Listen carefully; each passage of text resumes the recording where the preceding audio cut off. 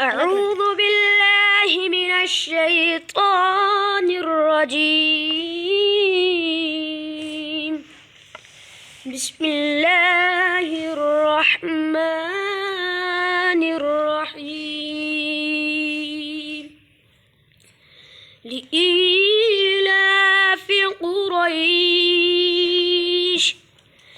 إيلافهم رحلة الشتاء والصيف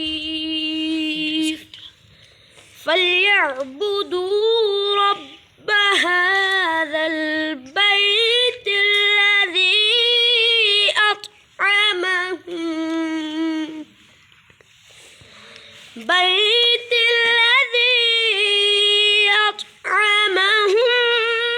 من جوع وآمنهم من خوف.